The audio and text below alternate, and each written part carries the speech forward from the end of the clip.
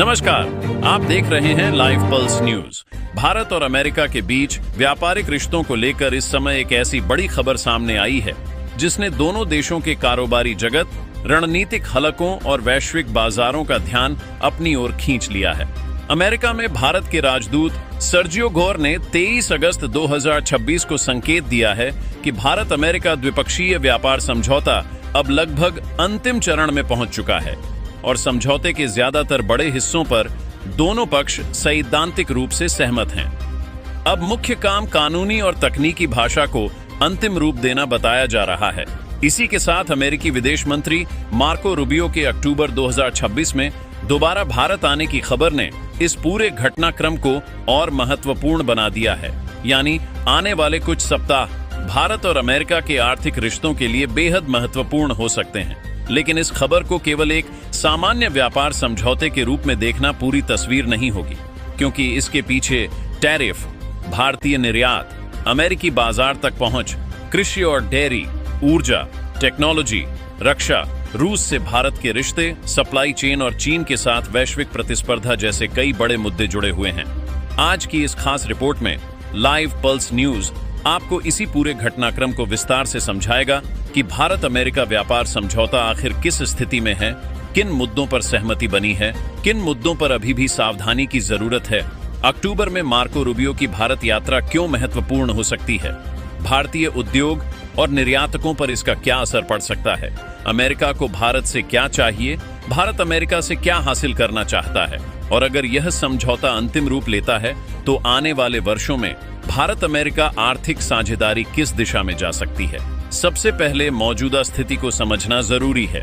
23 अगस्त को सामने आई अमेरिकी राजदूत सर्जियो गोर की टिप्पणी के मुताबिक दोनों देशों के बीच व्यापार समझौते के लगभग सभी प्रमुख तत्वों पर सिद्धांत रूप में सहमति बन चुकी है और अब बातचीत का बड़ा हिस्सा कानूनी तथा तकनीकी भाषा को अंतिम रूप देने से जुड़ा हुआ है।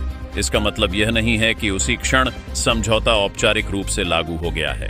किसी भी अंतर्राष्ट्रीय व्यापार समझौते में अंतिम कानूनी टेक्स्ट, घरेलू प्रक्रियाएं, संबंधित संस्थागत मंजूरियां और लागू करने की प्रक्रिया महत्वपूर्ण होती है। इसलिए लगभग अंतिम और औपचारिक रूप से लागू के बीच का अंतर समझना बेहद जरूरी है। इसी बीच अमेरिकी विदेश मंत्री मार्को रूबियो की अक्टूबर में भारत यात्रा की पुष्टि भी अमेरिकी राजदूत की ओर से की गई है।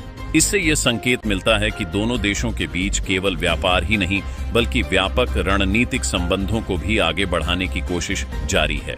अब यहां से कहानी और दिलचस्प हो जाती है, क्योंकि भारत और अमेरिका के बीच व्यापार समझौते की चर्चा अचानक शुरू नहीं हुई है। कई महीनों से दोनों देश टैरिफ और बाजार पहुंच से जुड़े मुद्दों पर बातचीत कर रहे हैं और फरवरी 2026 में दोनों देशों के बीच एक व्यापक व्यापार ढांचे की दिशा में महत्वपूर्ण घोषणा भी हुई थी। अमेरिकी राष्ट्रपति डोनाल्ड ट्रंप की ओर से फरवरी में घोषित समझौते के तथ्य पत्र के अनुसार भारत ने अमेरिकी औद्योगिक वस्तुओं और कई अमेरिकी खाद्य तथा कृषि उत्पादों पर टैरिफ कम या समाप्त करने की दिशा में प्रतिबद्धताएं जताई थी और अमेरिका से ऊर्जा, सूचना एवं संचार तकनीक तथा अन्य उत्पादों की खरीद बढ़ाने की बात भी सामने आई थी। लेकिन इसके बाद भी व्यापक द्विपक्षीय व्यापार समझौते को अंतिम रूप देने की प्रक्रिया चलती रही। इसका कारण यह है कि व्यापार समझौता सिर्फ किसी एक वस्तु पर टैक्स कम करने का नाम नहीं होता। इसमें हजारों उत्पादों के शुल्क, नियम, बाजार पहुंच, सेवाएं, निवेश, डिजिटल व्यापार, बौद्धिक संपदा, कृषि, औद्योगिक मानक, सरकारी खरीद, सप्लाई चेन और कई दूसरे मुद्दे शामिल हो सकते हैं। भारत के लिए सबसे महत्वपूर्ण बात यह रही है कि समझौते में ऐसे प्रावधान न हों जो देश के किसानों, छोटे उद्योगों और घरेलू विनिर्माण पर असंतुलित दबाव डाल दें। अमेरिका की अपनी प्राथमिकताएं हैं।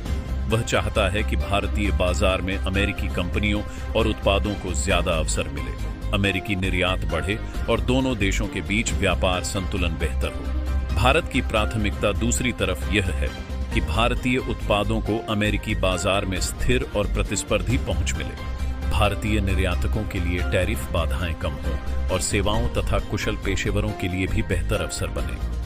यही वजह है कि इस समझौते की असली अहमियत सिर्फ ये नहीं है कि दोनों देशों के बीच व्यापार बढ़ेगा, बल्कि यह है कि व्यापार किस शर्त पर बढ़ेगा।